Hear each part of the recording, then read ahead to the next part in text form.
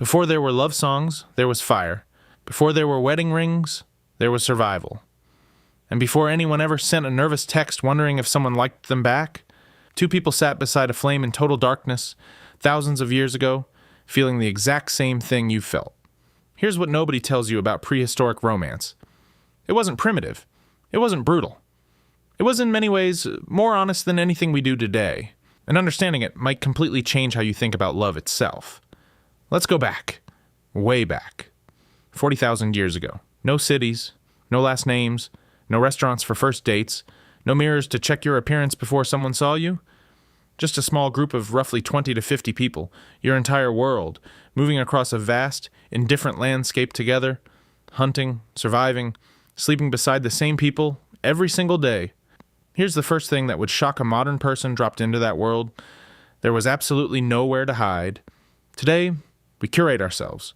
We choose our best photos. We craft clever opening lines. We ghost people we don't want to face again. We present a version of ourselves and hope it sticks.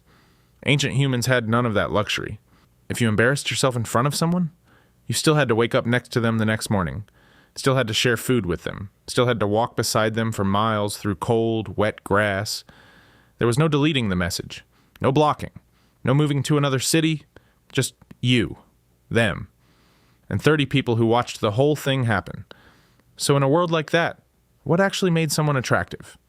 Here's where it gets fascinating, and a little humbling for those of us who spend hours at the gym. Muscles helped. Health mattered, obviously. But anthropologists studying modern hunter-gatherer tribes, groups whose lives most closely mirror our ancient ancestors, kept finding something unexpected at the top of the attraction list. Humor. Not just humor, storytelling. The ability to hold people's attention around a fire. To take a terrifying day of hunting and turn it into something that made the whole group burst out laughing. A famous study of the Agta people in the Philippines found that skilled storytellers were considered among the most desirable mates in their communities. They had more children, more social status, more influence. And let that land for a second. The class clown, the guy who tells a great story, the woman who makes everyone feel seen with just a few words. In the ancient world, they were royalty. And it makes complete sense when you think about it. In a world with no possessions, no cars, no bank accounts, no designer clothes, you couldn't hide behind things. You were just you. Raw, visible, every single day. So what people actually judged was behavior. Who shared their food after a long hunt when they were starving themselves? Who stayed calm when the situation turned dangerous? Who comforted a child crying in the night? Who could you actually trust with your life? Because in the prehistoric wilderness, trust wasn't romantic. It was survival. Now here's something that rewrites the entire caveman stereotype most of us grew up with.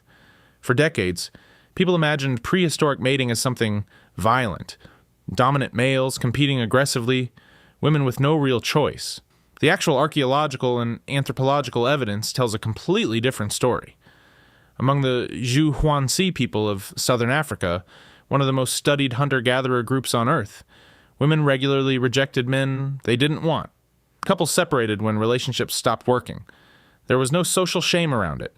Ancient humans were not locked into rigid, forced partnerships. Relationships were flexible.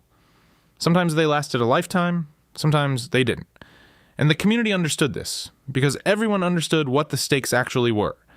Because raising a human child is brutal. Think about this. A newborn horse stands up within hours of being born. A newborn human can't even hold its own head up. We are, as a species, the most helpless babies on the planet. And we stay helpless for years, a decade before a child can even begin fending for themselves. That is an almost incomprehensible biological burden. So humans evolved something remarkable to handle it. Love. Not love as poetry.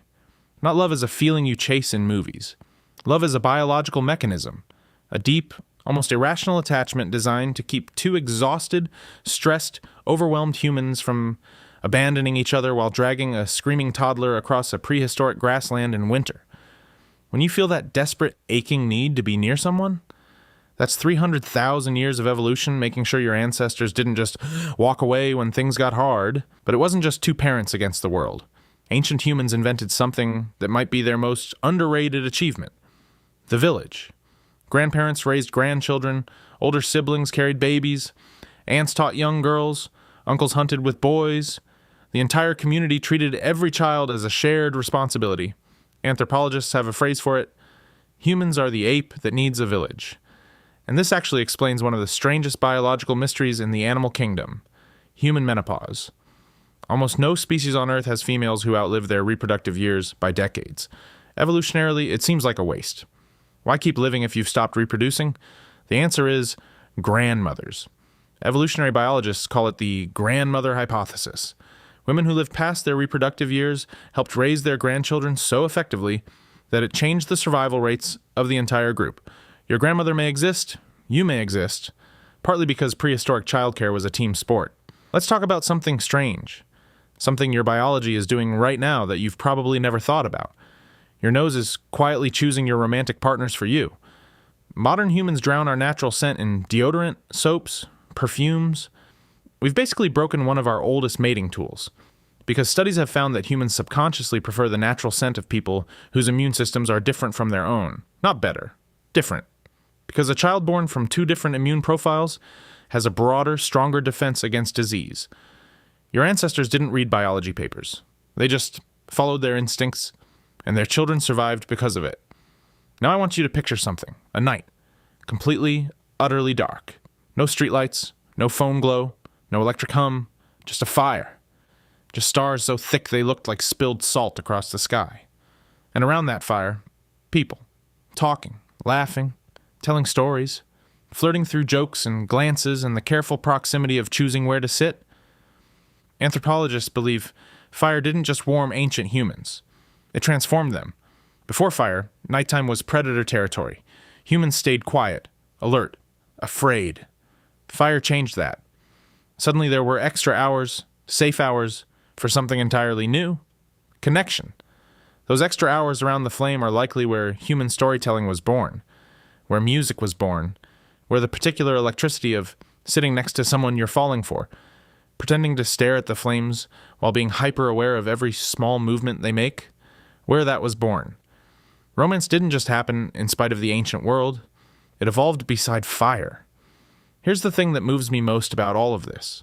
Archaeologists have found ancient graves, some tens of thousands of years old, where people were buried holding each other. In some sites, there is evidence that flowers were carefully laid beside bodies before burial. Wildflowers, deliberately placed, by someone who stopped in the middle of surviving, to grieve, to honor, to say, this person mattered. That means someone felt loss. Someone lay awake at night after they were gone. Someone, thousands of years before your great-great-great-grandmother was born, probably stared at the dark ceiling of their world and wondered, does that person think about me too? Because this is the truth underneath all of it. Modern dating is new. Weddings are new. Smartphones are very, very new. But the feeling, the nervousness, the hope, the strange courage it takes to let someone close enough to hurt you, that is ancient. That is you, carrying software written over hundreds of thousands of years, on hardware built by every person who came before you, and chose, against all odds, to love someone anyway. Underneath the city noise, the notifications, the carefully curated profiles, you are still, at your core, a human being sitting beside a fire, hoping someone will choose to sit beside you.